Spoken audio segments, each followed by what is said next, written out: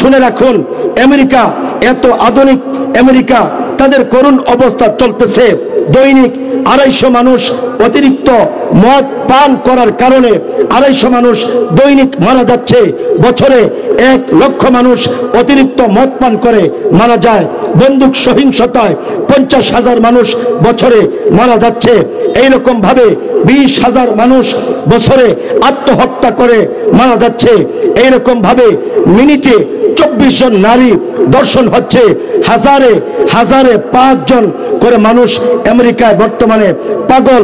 পৃথিবীতে যত mental hospital, যত পাগলের হসপিটাল সবচেয়ে বেশি আমেরিকার মধ্যে। এই জন্য বলতে চাই, শোনো, ইউরোপ আমেরিকাকে ফলো করে কখনো কেউ সফল হতে পারবে না। আল্লাহর ঘোষণা শোনো, ওয়ালান তারদা আনকাল ইয়াহুদু ওয়ালান নাসারা হাত্তা তাত্তাবিআ মিল্লাতাহুম। তুমি ইহুদি নাসারা বিধর্মীকে তুমি যতই ফলো করো, তাদেরকে ওয়ালান তারজা খুশি করতে পারবে না হাত্তা তাত্তাবিআ মিল্লাতাহুম। তারা চায়, ইহুদিরা চায় তুমি ইহুদি হয়ে যাও, খ্রিস্টান চায় তুমি খ্রিস্টান হয়ে যাও, পত্তলিক চায় তুমি পত্তলিক হও। এজন্য বলতে চাই, যারা আমাদের দেশে যারা ক্ষমতাশীল, যারা চায় আমেরিকাকে খুশি করবে, যারা চায় রাশিয়াকে খুশি করবে, যারা চায় চীনকে খুশি রাখবে, যারা চায় ভারতকে খুশি রাখবে, কখনো খুশি করতে পারবে না। ভারত তোমার এই মানচিত্র দখল করবে। এই জন্য আল্লাহর দিকে ফিরে আসো, কোরআন সুন্নাহর দিকে ফিরে আসো, তবেই শান্তি, তবেই মানুষের মুক্তি।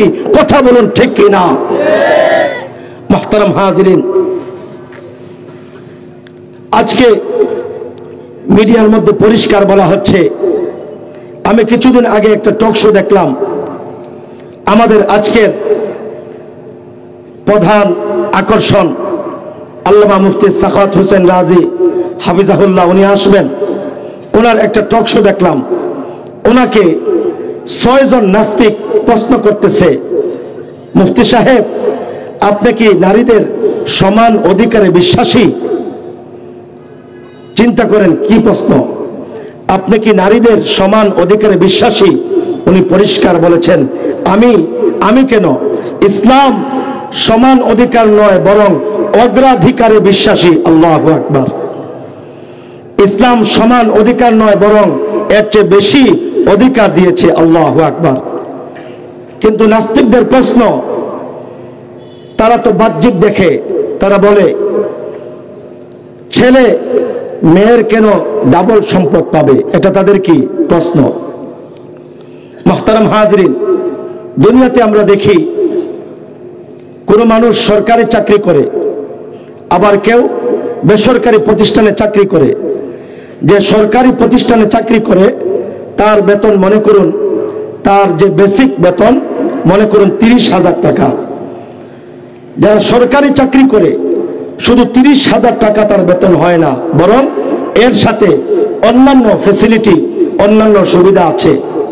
তার ঔষধ বাবদ কিছু খরচ আছে, এরপর তার ঘর ভাড়া বাবদ, তার গাড়ি ভাড়া বাবদ বিভিন্ন সুযোগ সুবিধা রয়েছে। এখন কেউ যদি বলে বেসরকারি প্রতিষ্ঠানে যে চাকরি করে তার বেতন হলো 40,000, আর যে সরকারি বেতনে চাকরি করে তার বেতন হলো 30,000, তো তার টাকাটা অনেক বেশি, তার ইনকাম বেশি। আসলে সে কি সঠিক বলতেছে? সঠিক নয়।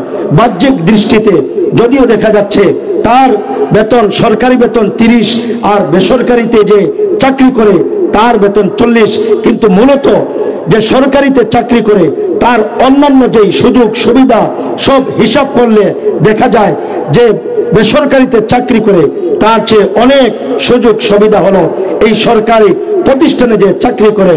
ঠিক তেমনি ভাবে বাহ্যিক দৃষ্টিতে যদিও দেখা যায় মেয়ে অর্ধেক সম্পদ পাচ্ছে ছেলের, কিন্তু আসলে না, এই মেয়ে অনেক সুযোগ সুবিধা ভোগ করতেছে। তাকে বিয়ে দেওয়ার আগ পর্যন্ত তার বাবা তার খরচ বহন করতেছে, মেয়ের কোনো খরচ করা লাগে না। এরপর বিয়ে হওয়ার পর তার সমস্ত ব্যয়ভার তার স্বামী গ্রহণ করে। এরপর তার বিয়ের পর তার যদি স্বামী না থাকে, স্বামীর সম্পদ সে ভোগ করবে, স্বামীর সম্পদ ভোগ করবে। এরপর স্বামীর ইন্তেকালের পর তার সন্তান তার লালন পালন করবে। এইরকম ভাবে ইসলাম তো বলেছে সন্তান কখনো তার মা বাবাকে বৃদ্ধাশ্রমে দিতে পারবে না। আওয়াজ দেয়া সকলে বলি সুবহানাল্লাহ। মুহতারাম হাজিরিন, তাহলে নারী বাহ্যিক দৃষ্টিতে যদিও দেখা যায় নারী অর্ধেক সম্পদ পাচ্ছে, আসলে কি অর্ধেক? যদিও কম মনে হচ্ছে কিন্তু কম নয়। সে অনেক সুযোগ সুবিধা পাচ্ছে, বাবার কাছ থেকে অনেক সুযোগ সুবিধা পাচ্ছে, স্বামীর কাছ থেকে মোহর পাচ্ছে, স্বামীর সম্পদ সে পাবে, এইরকম সন্তানের সম্পদ পাবে। সব কিছু মিলালে মহিলার কি অধিকার কম নয়, বরং অধিকার সে অনেক বেশি পেয়েছে। ইসলাম তাকে সম্মান দিয়েছে, ন্যায্য অধিকার দিয়েছে। আর সবচেয়ে বড় কথা হলো মহিলাদের তো খরচের কোনো বিষয় না। মহিলার খরচের সমস্ত দায়িত্ব হলো পুরুষের কাছে। বাবা খরচ করে, স্বামী খরচ করে, সন্তান মার খরচ করে। এই জন্য ইসলাম বাহ্যিক দৃষ্টিতে যদিও দেখতেছি ইসলাম কি সম্পদটা কম দিয়েছে, আসলে কম নয়, তার ন্যায্য প্রাপ্য অধিকার দিয়েছে। আল্লাহু আকবার। বিষয়টা বুঝতে পেরেছেন? কোন মহিলাকে তার খরচ বহন করা লাগে, তার উপরে কি সে খরচ করতে বাধ্য নয়।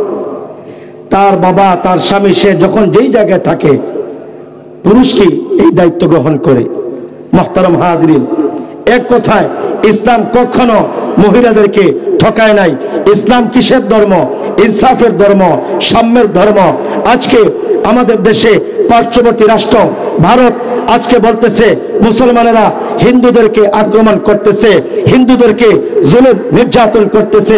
আমরা তো বলতে চাই মুসলমান হিন্দুদেরকে কেন আঘাত করবে?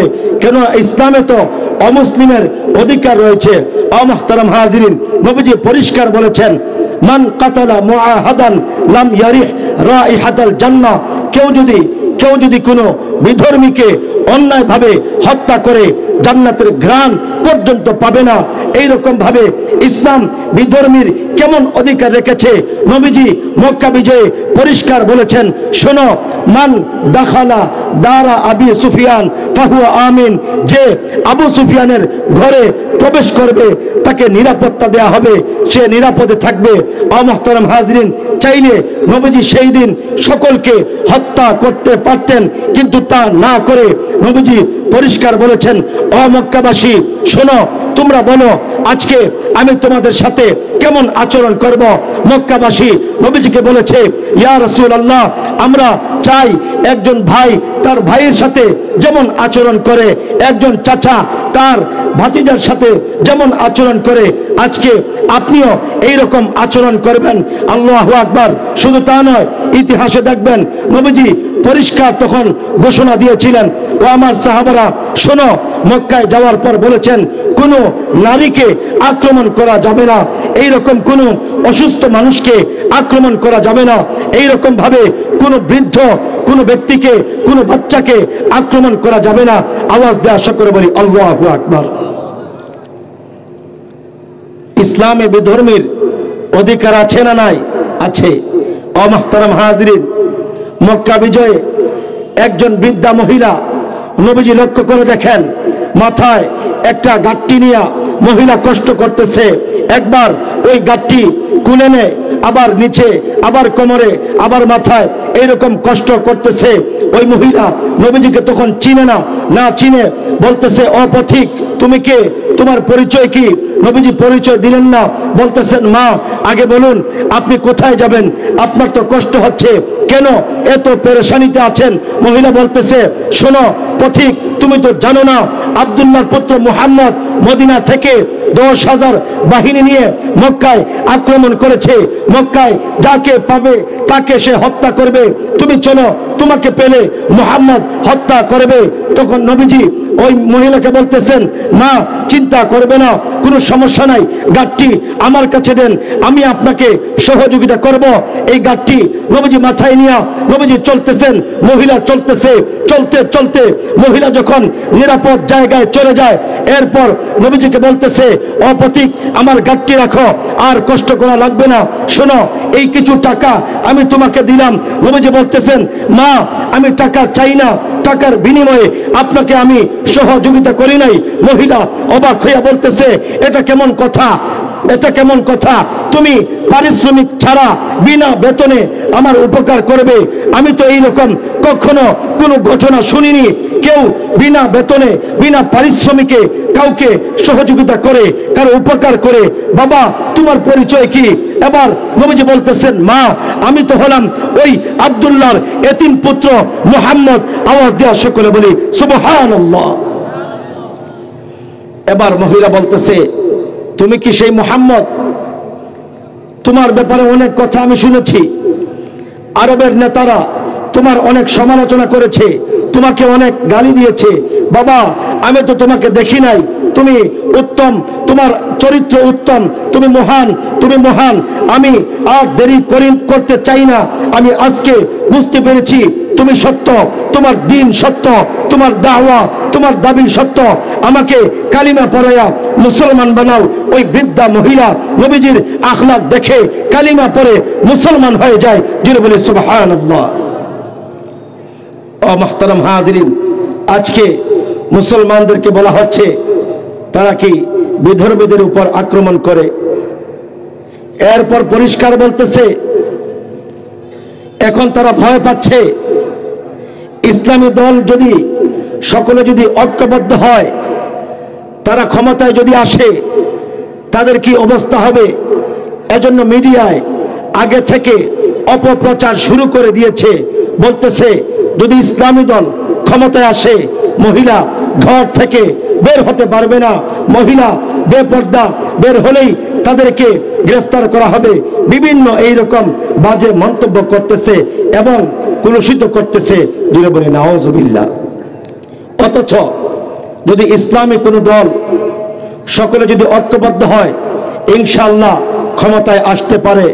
ক্ষমতায় বসানোর মালিককে, ক্ষমতা থেকে ঘাড় ধাক্কা দিয়া নামানোর মালিককে? আল্লাহ। ও মুহতারাম হাজিরিন, ইসলামী দল ক্ষমতায় আসলে মহিলার অধিকার সুনিশ্চিত হবে, মহিলা তার অধিকার ফিরে পাবে। কিন্তু কোন মহিলা যদি এমন হয়, তার যদি স্বামী না থাকে, তার যদি খরচ বহন করার মতো কেউ যদি না থাকে, আজকে মিডিয়া বলতেছে তারা চাকরি করতে পারবে না। না, তারা পর্দার সহিত পর্দা রক্ষা করে সে চাকরি করতে পারবে, এতে কোনো সমস্যা নাই। পর্দার কথা এই জন্য বলা হচ্ছে যেহেতু এটা তার সবচেয়ে দামি সম্পদ, এই জন্য পর্দার কথা বলা হচ্ছে।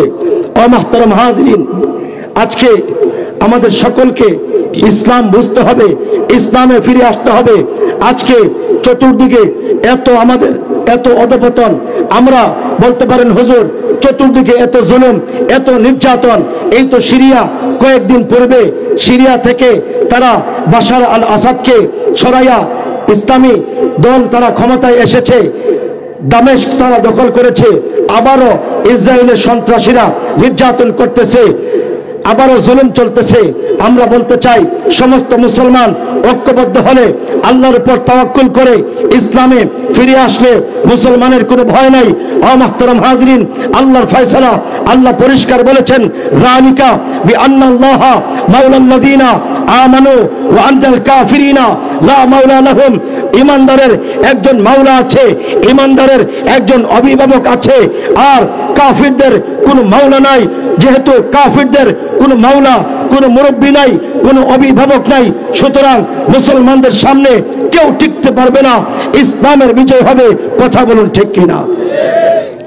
মুহতারাম হাজিরিন, আমরা আমাদের সোনালী ইতিহাস ভুলে গিয়েছি। দ্বীনের জন্য, ইসলামের জন্য আমরা আমাদের জান মাল কোরবান করতে চাই না। যুদ্ধের জন্য নবীজি কালেকশন করতেছেন। একজন মহিলা নবীজির খেদমতে তার শিশুকে নিয়ে গেল, দুধের শিশু। নবীজি বলতেছেন, মা এই দুধের শিশু আমি কি করব? এই দুধের বাচ্চা সে তো তীর চালাইতে পারে না, তরবারি চালাইতে পারে না, ঘোড়া দৌড়াতে পারবে না, আমি কি করব?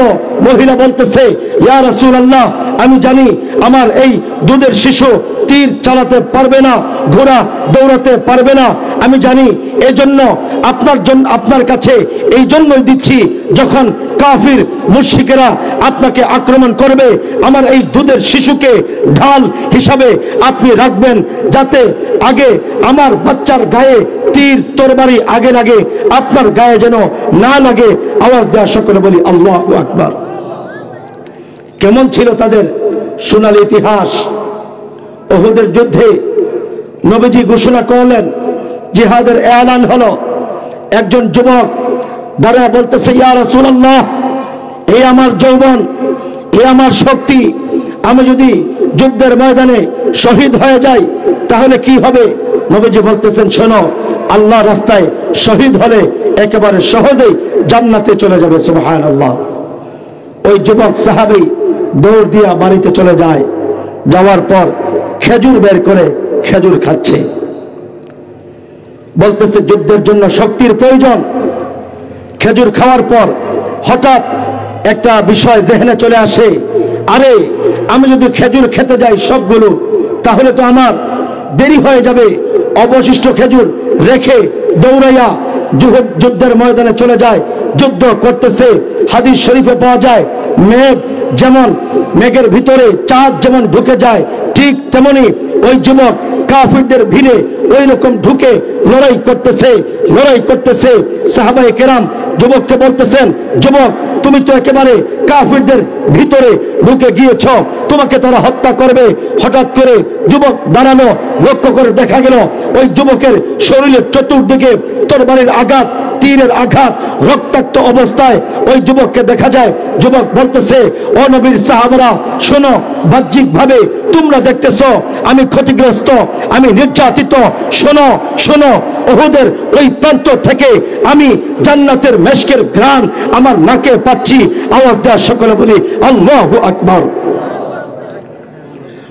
ও মুহতারাম হাজিরিন, এগুলো এজন্য বলতেছি, বর্তমান সময়ে আমাদের যুবকরা ইসলাম জানে না, ইতিহাস জানে না।